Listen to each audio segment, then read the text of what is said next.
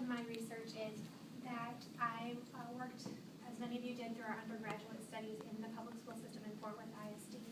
And one story stood out in particular, and it's impacted me a lot throughout my education. And it was a boy named Aaron, and he was a struggling reader. He was in special education, and he would not read out loud. Everyone considered that he could not read, and he wouldn't participate in read out loud. So they assigned me to him for a study or a project for increasing literacy. And just by working with him one-on-one, about an hour a week for a couple weeks, I had determined that I found out that he had just some gaps, some learning gaps in his education, and that he missed it because of a trauma when he was younger. So he missed some basic learning things with literacy components that were missing. And so when I was able to fill those in, he took off reading right away. And he was 14 years old. He was in 6th grade. He was in special ed, and he had been considered completely illiterate. And so that was solved within a couple of hours of just one-on-one relationship building and teaching. So I had another experience working at Fort Worth ISD as a TA, and it was kind of a crisis for me, just seeing these types of scenarios going on in the educational system a lot. Not a lot of one-on-one, and I did get the opportunity to teach a lot of small groups, and found out students that had failed the STAR again and again and again were given to me in a classroom to work, and they were eager to learn. They needed to be stimulated. They needed more one-on-one attention. And so my last experience that really impacted me a lot was through a special project where we got to do something that we wanted to do for a personal improvement. So I went and visited a prison, a women's prison, and it was something that I, for some reason, always wanted to do. And so I went ahead and did that and interviewed a lot of women, not just interviewed, but spoke with. And there was one woman named Melissa, and she was extremely intelligent, and she was facing prison time because she decided to commit armed robbery. And she did that because she was in a desperate situation for money. She had a family, she had a husband, she had children, and she needed money. And someone approached her and said, let's do this, and she did it. And so I thought about that because, I had been in a desperate situation before, and the answer for my problems was education. I went back to college. I wanted to better myself and get more financial stability, so I went to college. What is the difference between her and me?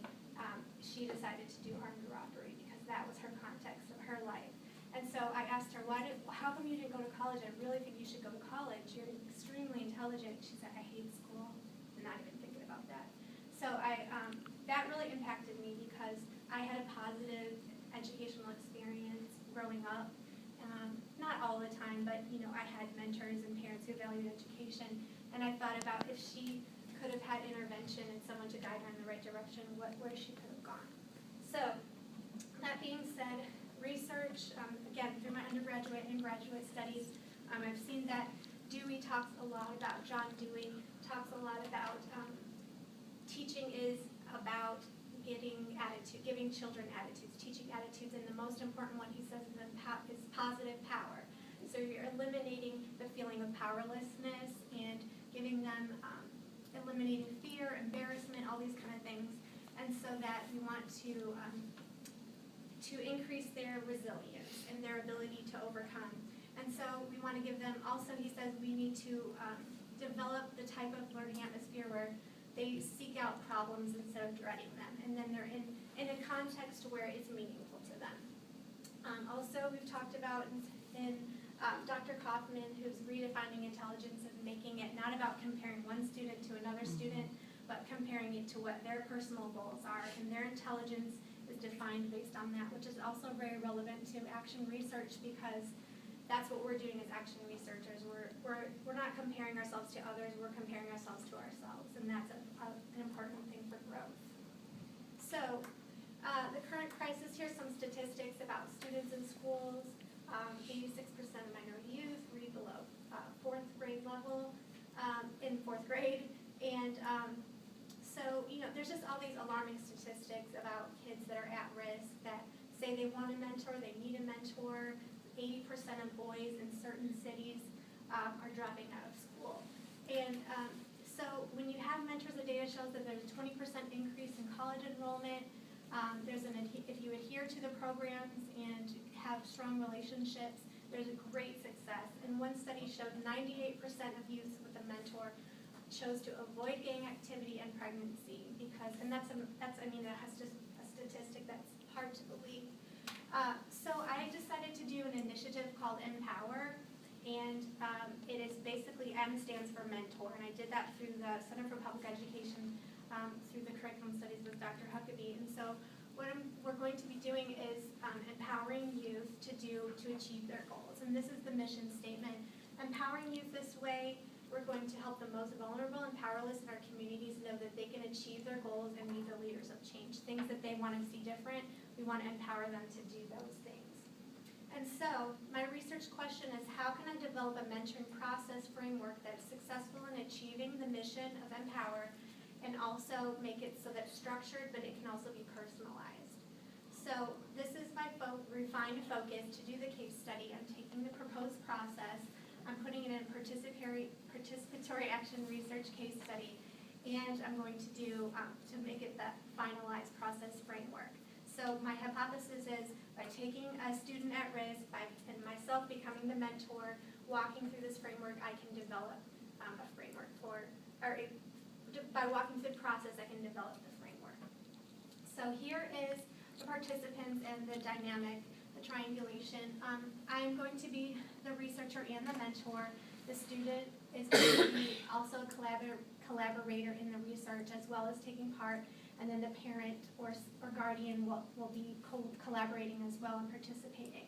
So the criterion for this is enthusiastic female adolescent who's at risk and who's honest. And by honest, I mean they're going to be able to tell me, I don't like this, or this didn't work. And we're going to have to establish that rapport. And they also need to have a cooperating and supportive parent who's also honest, who wants to be a part of this, who wants to see their kids succeed, who wants to collaborate with me, telling me their perspective and their ideas about what works and what doesn't. This is the process for the Empower. These are all the components. There are 7 components to the Empower process. And the first one is finding a quality mentor and finding a fitting mentee. We already have that established with the case study, and then that's going to be establishing relationship. The next 2 are, we're all going to be working collaboratively throughout, but these, we're going to identify passions and goals and come up with an action plan for that student, and then we're going to implement that plan and then examine the outcomes in light of what the original goals were. And if they weren't met, we go again. We revise the action plan and we start again until we come to the end when we have achieved those goals, and then we have an opportunity to display the outcomes in whatever way they want. This is the case study research cycle. I'm going to select the participants, I'm going to collect the data, I'm going to go through these processes right here. These are the components, and for each one, I'm going to go analyze the data, revise the process, and go back to the next component until they're all completed and we have revised the process and solidified the framework. This is the 11 meetings minimum that we're going to have with the student and the parent. The parent doesn't have to be at all of them, but they do need to be at several. So the invitational meeting, the preliminary meeting, where we're getting to know each other, we're setting up expectations. I'm going to be collecting data at these meetings, and then we walk through the rest of the components and do analysis. So the data sources are in 3 stages. There's the pre-data, the during data, and the post-data. The different data sources are questionnaires, interviews, pre-tests, and homework and grades. And then during, I'm going to be doing interviews. I'm going to be giving them journals. I'm going to keep a journal, and we're going to do questionnaires for each component, post questionnaires, pre and post. And then after the whole thing is done, we're going to do a parent-student questionnaire again, more interviews, more post-tests, more homework and grades, and journals. And the journals, they can keep that confidential. Those are going to spur discussion and ideas throughout the process. These are the different ways that the data is going to be funneled. So here's the data type that I'm collecting. It's going to be funneled through each one. We're going to take student into each of the components. These are the components here. And then we're going to take it down, drill down even farther for reasons for needing improvement, aspects for improvement, reasons for success, and areas of success, so that I can eventually take this data and work it into the structure.